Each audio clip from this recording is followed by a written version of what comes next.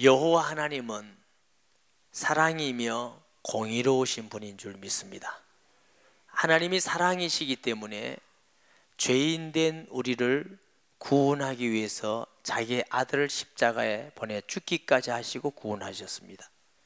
하나님이 공의로우시기 때문에 그냥 우리를 구원할 수가 없어서 그의 아들을 보내사 십자가에 죽기까지 하시고 공의를 이루시고 우리를 구원하신 줄 믿습니다. 그렇기 때문에 하나님은 우리를 구원하심도 있지만 하나님 앞에는 심판도 있습니다. 히브리서 11장 27절에 보면은 한 번 죽는 것은 사람에게 정해진 것이요 그 후에는 심판이 있으리니, 반드시 사람은 범죄한 후에 한 번 죽게 되어 있습니다. 그리고 심판도 반드시 있습니다.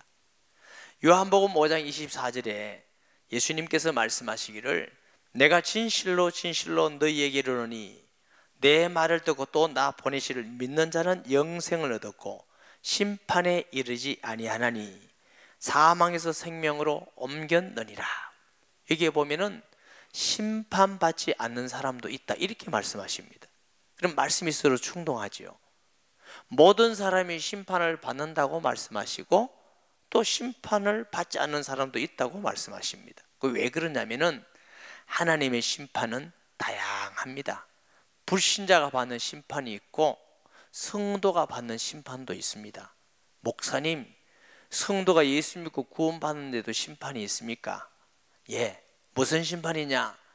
성도가 하나님의 자녀되고 구원받았지만 성도라고 해서 다 똑같은 구원이 아닙니다. 구원은 다 받았지만 하나님 앞에 충성스러운 사람은 의의 면류관, 생명 면류관, 영광의 면류관이 있고, 또 예수 믿고 구원받은 자이지만 때로는 하나님께 불순종하고 악하게 하고 근근히 구원받아서 부끄러운 구원받은 사람도 있습니다. 그걸 보고 하나님의 자녀도 각각의 그 믿음과 행위대로 심판을 받게 되는 줄 믿습니다. 우리가 이 땅에 살아가면서도 하나님의 심판이 이루어집니다. 때로는 영에 대한 심판이죠. 2장 9절에 보면 악을 행하는 각 사람에게 영에는 환난과 공고가 있으리니 먼저는 유대인에게요 그리고 헬라인에게로다. 예수 그리스도를 믿지 않은 사람은 아예 심판 아래 있는 사람이죠. 저주 아래 있는 사람이지만, 그러나 예수 믿는 사람이라 할지라도 죄 짓고 불순종하면은 영적으로 어렵고 힘들고 영적으로 어두워지고, 이게 심판입니다. 심판. 또 양심의 마음의 심판이 있습니다. 사람의 마음이 다 같지 않습니다. 불신자의 마음이 다 같지 않습니다. 성경에 보면은 불신자의 마음도 더러워진 양심이 있고 화에 맞은 양심이 있고 또 부패된 양심이 있고, 이런 양심을 가지고는 바른 윤리적 가치관도 알 수가 없고 하나님을 알 수도 없고 또 하나님께 죄 지은 것을 죄로 느끼지 않고, 예를 들면 불신자들이 우상숭배를 한다. 그럼 안 믿는 사람이 우상숭배를 한다고 죄의식을 느낍니까? 아니지요. 이걸 성경에는 더러워진 양심이다 그랬어요. 화에 맞은 양심이 있어요. 거짓말을 하고도 남을 해치고 악하게 하면서도 양심의 가책이 전혀 없어요. 어쨌든 자기의 육신적인 이익을 위해서 행하는 사람들이 있죠. 발 뒤꿈치에 구둑살과 같이 아프지 않습니까? 이게 화에 맞은 양심이에요. 또 어떤 양심이? 부패된 양심이에요. 부패된 양심은 하나님을 알지만 진리를 알지 못하지만 그걸 죄라고 느끼지 않습니다. 고린도후서 4장 4절에 보면은 세상 신이 하나님의 영광을 가려서 그리스도를 알지 못하게 한다. 여러분, 혹시 안 믿는 사람이 들을 때는 그러면 너그만 잘났나 이렇게 할지 모릅니다. 그러나 그런 말이 아니라 하나님이 우리를 만드시고 천지를 만드신 하나님을 모른다는 자체는 이미 영적으로 어두워져 있는 것입니다. 그 양심이 부패되어 있는 것입니다.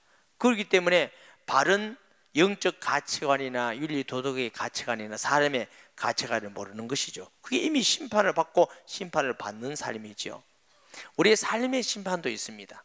어떤 사람은 죄로 말미암아 때로는 병이 들기도 하고 사업에 문제가 있기도 하고 가정에 문제가 있기도 하고 개인의 문제가 있기도 하고, 그러면 목사님, 병들고 사업이 어려우면 다 심판입니까? 그렇지 않습니다.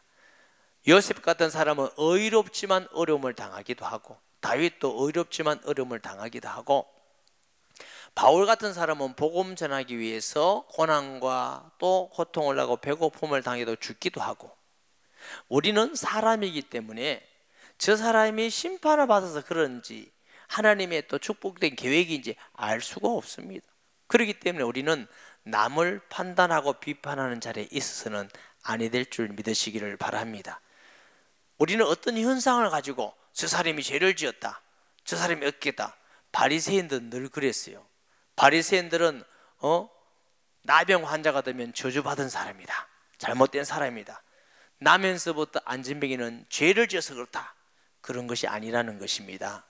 그렇기 때문에 우리는 남을 쉽게 판단하거나 비판하는 자리에 있지 않고 우리 자신을 돌아보면서 하나님 앞에 의로운 신앙과 삶을 사는 것이 우리 성도가 살아야 될 일인 줄 믿습니다. 왜 남에 대해서 비판하거나 판단하고 심판하면 안 되느냐면, 첫째로 우리가 남을 판단하고 비판할 만큼 우리가 거룩하지를 않습니다. 완전하게 거룩한 사람 빨리 손 들어보세요. 아무도 없습니다. 우리도 다 죄인인데 죄인을 어떻게 판단할 자격이 있습니까? 도둑놈이 어떻게 도둑놈을 재판할 수 있습니까? 우리는 의롭지 않기 때문에 판단할 수가 없고, 둘째로 판단할 수 없는 이유는 우리의 판단이 바르지 않습니다. 정확하게 맞지도 않습니다. 그렇기 때문에 그 사람의 마음이나 그 사람의 동기나 그 사람의 행동을 우리가 다 알 수가 없기 때문에 사람은 남을 비판하고 판단하고 심판하는 자리에 있지 않은 것입니다. 판사들이 재판을 합니다만 의롭게 하려고 노력은 하겠지만 그 판사의 재판이 완전하지는 않습니다. 완전한 심판은 우리 하나님께 있는 줄 믿습니다. 그러므로 우리는 남을 판단하거나 비판하거나 심판하는 자가 아니라 우리 자신을 돌아보면서 남의 부족을 보면서 우리 자신을 경성하고 남의 잘하는 것을 보면서 우리가 배워나가는 그것이 성도가 가져야 될 마음인 줄 믿습니다. 또 시대적 심판이 있습니다. 소돔과 고모라의 심판, 노아 홍수의 심판, 로마에 가면 폼베이라고 있습니다. 거기에 가보니까 한 도시가 화산을 통해서 전부 다 멸망했어요. 그게 약 2000년 동안 화산재로 덮여있던 도시가 개발을 해버리니까 그게 한 도시가 있어요. 다 망했어요. 한 시대의 심판이지요. 요즘도 우상숭배를 극악하게 하고 부패된 지역에 여러 가지 심판이 시대적 심판이라고 할 수 있습니다. 또 마지막에 최후의 심판이 있습니다. 하나님 앞에서 마지막 심판 받습니다. 어떤 사람도 이게 심판을 벗어날 수가 없습니다. 요한계시록 20장 11절에 보면 또 내가 크고 흰 보좌와 거기 앉으신 이를 보니 땅과 하늘이 그 앞에 피하여 간데 없더라. 또 내가 보니 죽은 자들이 큰 자나 작은 자나 다 그 보좌 앞에서 있는데 책들이 펴있고 또 다른 책이 펴있으니 곧 생명책이라. 죽은 자들이 자기의 행위를 따라 책들에 기록된 대로 심판을 받으니 바다가 그 가운데서 죽은 자를 내주고 또 사망과 음부도 그 가운데서 죽은 자를 내주매 각 사람이 자기의 행위대로 심판을 받고 사망과 음부도 불못에 던져니 이것이 둘째 사망 곧 불못이라. 누구든지 생명책에 기록되지 못한 자는 불못에 던져오니라. 여러분, 심판할 분은 하나님밖에 없습니다. 이유는 천지를 만드시고 만물을 주관하시는 분이 하나님이시고 우리를 구원하실 분이 하나님이기 때문에 심판하실 분은 하나님 외에 없는 줄 믿습니다. 그렇기 때문에 하나님과 그의 아들 되신 예수님이 심판주가 되시는데 이 마지막 심판에 앞에 가면 책이 두 가지 책이 있대요. 생명책이 있고 또 다른 책이 있는데 이 다른 책은 모든 하나님을 떠난 사람의 죄가 낱낱이 다 기록돼요. 아무도 모를 때 지은 죄까지도 마음의 생각까지도 다 기록되어 있어서 하나님 앞에 철두철미하게 공의로운 심판을 받게 된다는 것입니다. 그렇지만 생명책에 기록된 사람은 일단 구원은 받았어요. 지옥 가는 심판은 면했습니다. 왜? 우리의 죄와 저주는 우리의 노력이나 공로나 열심을 통해서 해결될 수 있는 성격이 아닙니다. 왜? 모든 사람이 다 죄를 지었기 때문에. 오직 하나님의 아들이 우리의 죄를 위해서 십자가에 죽으셨기 때문에 그 예수를 믿는 자마다 구원받는 줄 믿습니다. 예수 그리스도를 믿는 자에게는 생명책이 기록되어 있습니다. 물론 그 상급은 각자의 믿음에 따라서, 행위에 따라서, 하나님을 영화롭게 하는 따라서 다르다는 걸 우리가 알 수가 있습니다. 자, 2장 1절을 보면 그러므로 남을 판단하는 사람아 누구를 막론하고 너희가 핑계하지 못할 것은 남을 판단하는 것으로 너희가 너희 정죄함이니 너를 정죄함이니 판단하는 너희가 이 같은 일을 행하니라. 남을 판단하는 그 판단으로 우리가 똑같은 죄를 지으니까 네가 그 정죄로 네 자신이 심판을 받게 된다. 그 죄 때문에 그런 것이죠. 이런 일을 행하는 자에게는 하나님의 심판이 진리대로 되는 줄 우리가 아노라. 이런 일을 행하는 자를 판단하고 또 같은 일을 행하는 사람아 너희가 하나님의 심판을 피할 줄로 생각하느냐. 여러분, 유대인들은 자기는 의롭다고 생각했습니다. 특히 바리새인들은 자기는 의롭고 이방인들은 의롭지 못하고 사마리아 사람은 의롭지 못하고 정죄하고 판단하고, 그래서 남을 죽이는데 혈안이 되어 있고, 예수님께서는 오히려 독사의 자식들이라고 했어요. 그들은 말은 의롭게 하는 것 같지만 그들의 마음과 행동은 남을 심판하면서도 자기들이 그 죄에 빠지게 된 것이지요.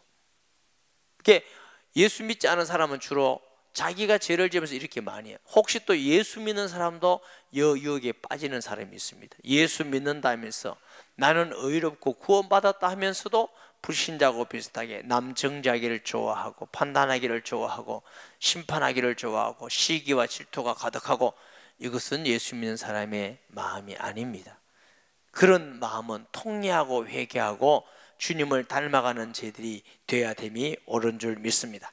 4절에 혹 너희가 하나님의 인자하심이 너를 인도하여 회개하게 하심을 알지 못하여 그의 인자하심과 용납하심과 길이 참으심이 풍성함을 멸시하느냐. 다만 내 고집과 회개하지 아니한 마음을 따라 진노의 날 곧 하나님의 의로우신 심판이 나타날 그날에 임할 진노를 너희가 삼는도다. 무슨 말이냐면은 예수님 믿지 않은 사람들에게 하나님이 길이 참으셔요. 회개하고 돌아오도록 기다리셔요. 근데 회개하고 돌아오도록 기다리는데 그걸 오히려 악이용해서 하나님 어디 있느냐, 하나님이 있다면 이렇게 그냥 둘 수가 있느냐 하면서 자꾸도 하나님을 믿기보다는 죄를 사악하는 게 더 악한 죄를 짓게 되는 것이죠. 혹시 우리도 잘못하면 유혹에 빠집니다.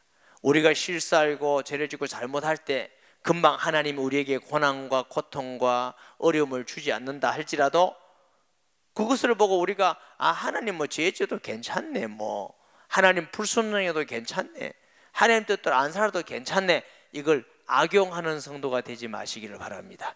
하나님이 길이 참으시는 것입니다. 거기에 대해서 우리가 참아주심에 대해서 감사하고 하나님께 회개하고 주님을 바라보고 나아가는 것이 지혜로운 성도이시기를 믿습니다. 우리가 그걸 악용해서는 안 된단 말이죠. 여러분, 자식을요 키워보면은 자식에게 하라는 대로 다 해줘버리면 자식이 불효자식이 돼요. 부모님이 얼마나 훌륭하고 얼마나 사랑하고 얼마나인지 잘 몰라요. 그러니까 나중에는 나에게 해준 게 뭐냐, 불평불만만 가져요. 어떤 자녀는 부모가 한 일을 같이 하고 부모의 어려움을 알게 하면 효도를 해요. 부모님이 이렇게 어려움을 가지고 이렇게 우리를 하나님께서 어린이를 가지고 이렇게 사랑하면서 키워주셨구나. 여러분, 하나님의 은혜가 너무 크기 때문에 때로는 우리는 그걸 망가하고 오히려 악용할 때가 있습니다. 이런 지혜롭지 못한 성도가 되어서는 안 될 것입니다. 하나님이 기다려주시고 은혜 주실 때, 은혜 받을 만할 때 은혜를 받으시고, 충성할 수 있을 때 충성하시고, 회개할 기회가 있을 때 회개해서 하나님 앞에 영광을 돌리는 삶이 되기를 주님의 이름으로 축복합니다. 6절에 하나님께서 각 사람에게 그 행한 대로 보응하시되 참 그 선을 행하여 영광과 존귀와 썩지 아니함을 구하는 자에게는 영생을 하시고, 오직 당을 지어 진리를 따르지 아니하고 불의를 따르는 자에게는 진노와 분노로 하시리라. 자, 언뜻 이 말씀을 보면은 로마서 1장 17절에 보니까 오직 믿음으로 의롭게 된다는 말씀과 충돌하는 것 같아요. 누구든지 주의 이름을 부르는 자마다 구원을 얻으리라 했는데 오늘 성경에는 또 의롭게 행해야 영생을 얻는다고 하는 것 같으니까 충돌하는 것 같습니다. 그 말씀이 아닙니다. 하나님의 말씀은 전체적으로 우리가 알고 그래야 돼요. 전체적인 내용은 믿음으로 의롭게 되는 줄 믿습니다. 그럼 왜 이런 말씀이 있느냐면 믿음의 참된 살아있는 믿음의 열매는 행함입니다.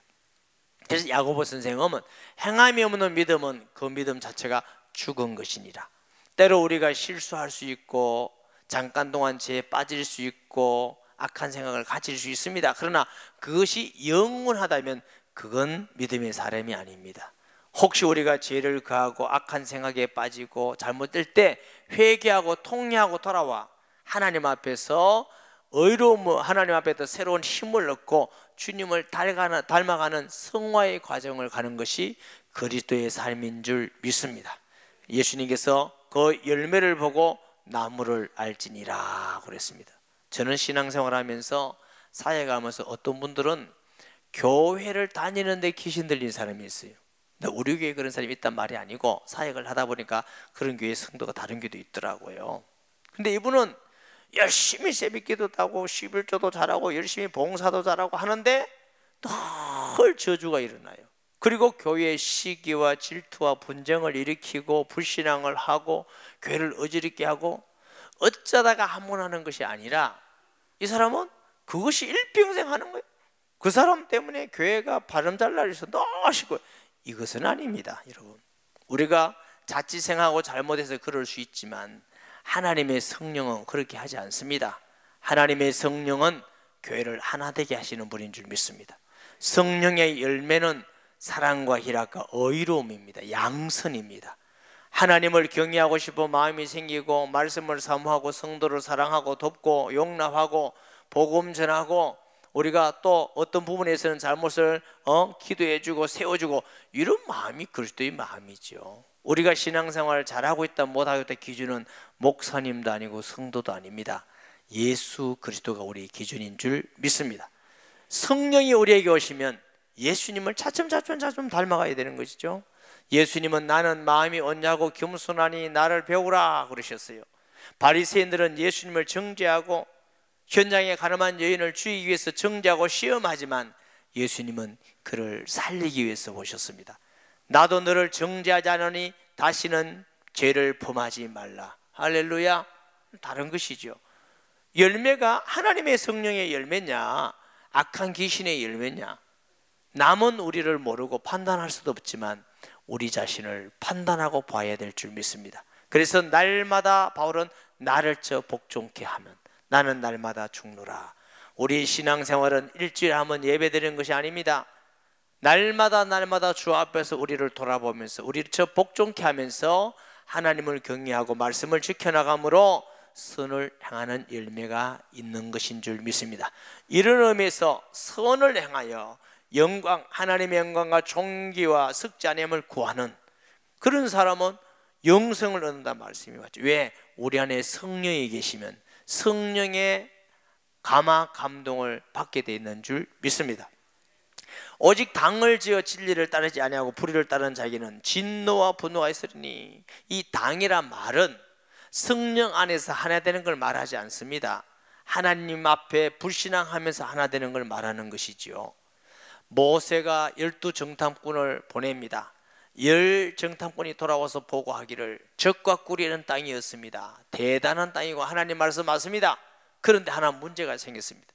아낙 사람들은 크고 장대합니다.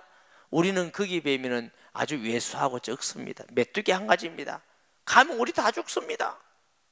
그랬더니 온 백성이 벌벌벌 떨었습니다. 여호수아와 갈렙이 담대히 나갔습니다. 모세 지도자님, 저들이 말하는 건 저들이 세상적이고 육신적인 말은 맞습니다. 그런데 하나님이 우리에게 말씀하셨지 않습니까? 저들을 우리에게 준다고 했으니까 갑시다. 저들은 우리의 밥입니다. 여러분, 세상적으로 보면 그게 맞는 말일까요? 틀린 말일까요? 맞는 말입니다. 이게 당입니다. 여러분, 우리 신앙생활은 하나님의 말씀을 믿고 가는 게 신앙생활인 줄 믿습니다. 혹시라도 우리 가운데 불신앙적인 세상적인 육신의 말을 할 때 그게 맞아 보일 때가 있습니다. 그런 사람이 한 사람 두 사람 맞아 보이고 저 안 믿는 불신자에게 물어보세요. 신앙적인 말이 맞는지 불신앙적인 말이 맞는지. 불신앙적인 말이 맞지요. 그렇다고 그건 진리는 아닙니다. 적어도 우리 그리스도인은 많은 사람이 진리가 아니라 하나님의 말씀이 진리임을 믿는 사람들이 그리스도인입니다. 할렐루야. 그러니까 많은 사람이 말하지만 거짓의 말이 있고 소수가 말하지만 하나님의 말씀이 있습니다. 당이라는 것은 성령이 하나 되는 것이 아니라 하나님 앞에 불신앙하는 단체를 말해요. 이런 사람이 말하지만 교회가 다 넘어가 버리는 거예요. 다 흔들려 버리는 것입니다. 어려운 것이죠. 지금 시대는 시시각각으로 많은 사람들이 교회를 공격합니다. 또 미국의 어떤 단체는 목사님들이 동성연애도 허락하고 동성연애 주례도 허락하고 그런데 허락했어요. 그게 맞아 보이지만 아니에요. 우리나라도 헌법재판소에서 이제는 간통은 죄가 아니다 판결을 했어요. 그런 시대에 따라서 자기들의 생각이지 성경은 여전히 간통은 죄라고 말씀하고 있습니다. 그리스도인은 세상의 판단할 기준에 왔다 갔다 하는 것이 아니라 성경 말씀을 최고의 근위와 유일한 법칙으로 믿는 자들인 줄 믿으시기 바랍니다. 이것이 그리스도인이에요. 그렇기 때문에 하나님의 말씀과 세상의 법이 충돌할 때 핍박이 오고 어려움이 오고 고난이 오는 거죠. 이것을 위해서 지를 위해서 때로는 핍박을 받고 감옥에 가기도 하고 순교하기도 했던 일이 왜 그러냐? 충돌하기 때문에. 그렇지만 우리에게는 최고의 권위의 말씀은 하나님의 말씀인 줄 믿습니다. 심판도 하나님의 심판을 우리는 최고의 심판이고 가장 정확한 심판으로 믿는 줄 믿습니다. 그러므로 우리가 분별해야 될 것입니다. 정말 그 말이 사람의 말, 육신적으로 맞는 말인지 하나님의 말씀, 신앙적으로 맞는 말씀인지 이걸 분별할 수 있는 지혜가 있어야 되고 우리는 세상적으로 맞는 말에 함께하는 자가 아니라 하나님의 말씀에 맞는 자, 함께하는 성도가 되어야 될 줄 믿습니다. 악을 행하는 각 사람의 영에는 환난과 공고가 있으리니 먼저는 유대인에게 그리고 헬라인에게며 선을 행하는 각 사람에게는 영광과 존귀와 평강이 있으리니 먼저는 유대인에게요 그리고 헬라인에게다. 같은 말씀을 드렸고요. 이는 하나님께서 외모로 사람을 취하지 아니하심이라. 무릇 율법 없이 범죄한 자는 또 한 율법 없이 망하는 무릇 율법이 있고 범죄한 자는 율법으로 말미암아 심판을 받으리라. 하나님 앞에서는 율법을 듣는 자가 의인이 아니요 오직 율법을 행하는 자라 의롭다 하심을 얻으리니 율법 없는 이방인이 본성으로 율법의 일을 행할 때는 이 사람은 율법이 없어도 자기가 자기에게 율법이 되나니 이런 이들은 그 양심이 증거가 되어 그 생각들이 서로 혹은 고발하며 혹은 변명하여 그 마음에 새긴 율법의 행위를 나타내느니라. 전도하다 보면은 어떤 분이 질문을 합니다. 목사님, 고려시대 조선시대에 복음을 듣지 못한 사람 다 구원 못 받았습니까?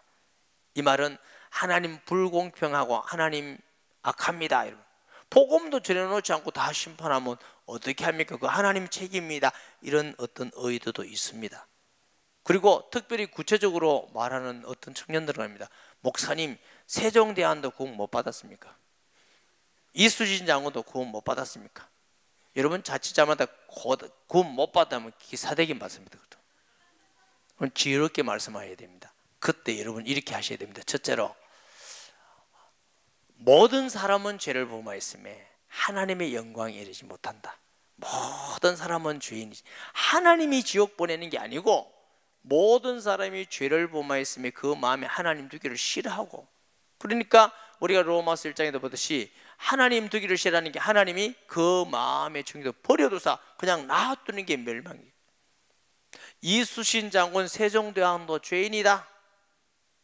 맞아 안 맞아요? 그럼 이수진 장군 세종대왕은 죄가 하나도 없느냐? 아니다. 모든 사람은 다 죄인이다.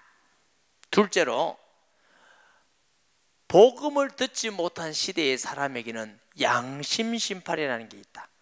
그 양심이 율법이 되나니 그 율법, 자기에게 준 양심의 법이 구원을 받기도 하고 심판을 받기도 하고 양심법이 있다.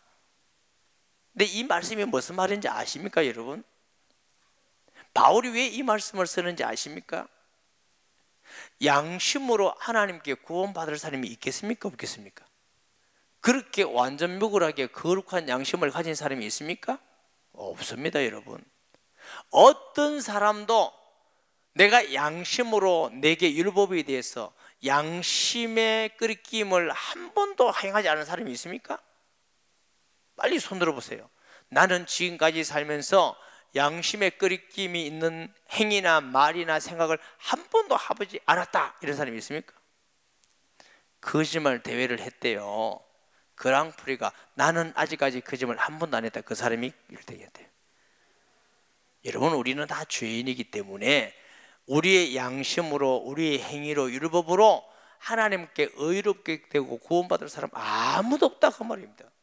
그러면 어떻게 구원받으세요? 그렇기 때문에 하나님이 영광스러운 보좌를 보고 이 땅에 오셔서 우리의 죄를 대신 짊어지시고 고난당하고 십자가에 죽으심으로 내가 다 이뤘다. 예수 그리스도를 통해서 구원의 길이 열린 것이고 사탄에서 해방되는 길이 열린 것이고 하나님의 자녀들인 길이 열린 것입니다. 그렇기 때문에 우리가 복음을 전해야 되는 것입니다. 그렇기 때문에 예수 그리스도는 인류의 유일한 소망인 것이고 하나님께서 우리에게 주신 최고의 복음인 줄 믿습니다. 이것이 최고의 기쁜 소식이 있는 이유가 그런 것입니다. 그래서 때로는 예수님 전하다가 어려움을 당하고 핍박을 당하고 순교까지 하지 않습니까? 왜? 그들이 바보고 그들이 등신입니까? 아닙니다. 구원의 길이 다른 길이었기 때문에 하나님도 한 분이고 하나님이 우리에게 구원의 길도 주신 분도 한 분이시고 다른 이름이 없기 때문에 예수님 안에서 우리에게 참 해방과 구원의 길을 주신 줄 믿습니다. 그러므로 우리의 구원은 하나님의 은혜로 받았기 때문에 우리가 자랑치 못함이나 우리가 의롭게 된 게 하나님의 은혜이기 때문에 이것이 자랑할 것이 아니라는 것입니다. 저와 여러분은 하나님의 은혜로 예수 믿고 구원받은 줄 믿습니다. 우리의 양심으로 구원받을 사람 없고 우리의 행위로 율법을 지켜서 구원받을 사람이 없기 때문에 이 은혜를 늘 감사하고 기억하면서 살아야 될 줄 믿습니다. 내가 예수 그리스도를 통해서 구원받았다는 것을 믿는 사람, 하나님 은혜로 구원받았다는 걸 믿는 사람은 첫째, 하나님 은혜에 감사하면서 사는 사람이 됨을 믿습니다. 모든 것에 감사, 범사에 감사라. 구원의 은혜도 감사하고 우리가 따져보면 영적 눈이 열리면 우리가 발걸음마다 하나님의 은혜가 아니면 살 수가 없고 우리 자녀들도 내가 하는 일들도 하나님의 은혜가 아니면 아무도 살 수가 없는 것인 줄 믿습니다. 둘째로는 이제는 내가 산 것이 아니요 내 안에 그리스도께서 사신 것이라.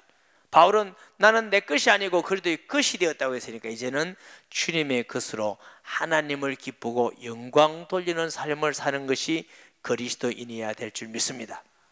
물론 우리가 부족해서 때로는 그렇게 못 살 때도 있습니다. 완전하지는 않습니다. 그렇기 때문에 우리가 날마다 자백하면서 죄 없다면 거짓말한 줄 너희 죄를 자백하면 주께서 의롭고 미쁘사 우리의 죄를 사할 것이요 모든 불의에서 우리를 건지실 것이나. 우리는 주님 앞에 나올 때마다 하나님께 자복하고 주님의 십자가의 보혈에 감사하고 감격하는 것이 날마다 이루어지는 삶이 신앙생활입니다. 사도 바울은 날마다 나를 쳐 복종케 한다고 그랬고 나는 날마다 죽노라 그랬습니다. 세 번째는 이 구원의 기쁨 알려야 될 줄 믿습니다. 구원받은 길인데 내만 구원받고 내가 자녀되고 내가 의롭게 됐는데 이걸 알리지 않고 나만 있다, 그게 악한 것이지요. 그래서 우리는 내가 사랑하는 사람들, 나의 친구, 나의 가족, 내 이웃에게, 내 민족에게, 시대에 우리가 기도하고 섬기고 사랑하고 힘을 다해서 알리는 겁니다. 그 사람들이 믿고 안 믿고는 그 사람들이 할 일이고 구원받고 안 받고는 그 사람이지, 우리는 알려야 될 사명이 있는 자들입니다. 우리가 초청주일이 얼마 남지 않았는데 너무 꼭 모시고 오려고 하지 마세요. 목사님 안 오면 어쩝니까? 그만이지요. 그러나 우리가 해야 될 일은 힘을 다해서 기도하고 최선을 다해서 희생하고 헌신하고 물질과 시간을 들이고 기도하고 알리는 것입니다. 그리고 초청하는 것입니다. 그 초청을 통해서 한 사람만 구원받아도 하늘에 잔치가 있을 것입니다. 두 사람만 구원받아도 잔치가 있고 한 사람도 없다 할지라도 하나님은 우리가 하는 그 믿음과 행위를 보시고 영광 받으시고 여러분에게는 상급이 될 줄 믿습니다. 우리 교회 안혜숙 집사로 여기 계시죠. 이분 초청잔치에 와서 구원받고 많은 사람을 전도했고 하나님 김복희 집사람도 초청, 그 외에도 초청잔치에서 구원받아서 하나님의 일꾼들이 많이 일어났습니다. 얼마나 귀한 일입니까? 여러분 평소에는 우리가 잊어먹고 있다 할지라도 이 구원의 은혜를 마음에 결심을 하시고 뜨거운 가슴으로 기도하고 하나님 내가 사랑하고 내 가족, 내 이웃, 내 친구들 멸망하는 것을 보지 못하겠습니다 하고 기도하고 섬기고 사랑함을 통해서 초청함으로 하나님을 기쁘게 하고 여러분의 이는 복된 삶이 되기를 주의 이름으로 축복합니다.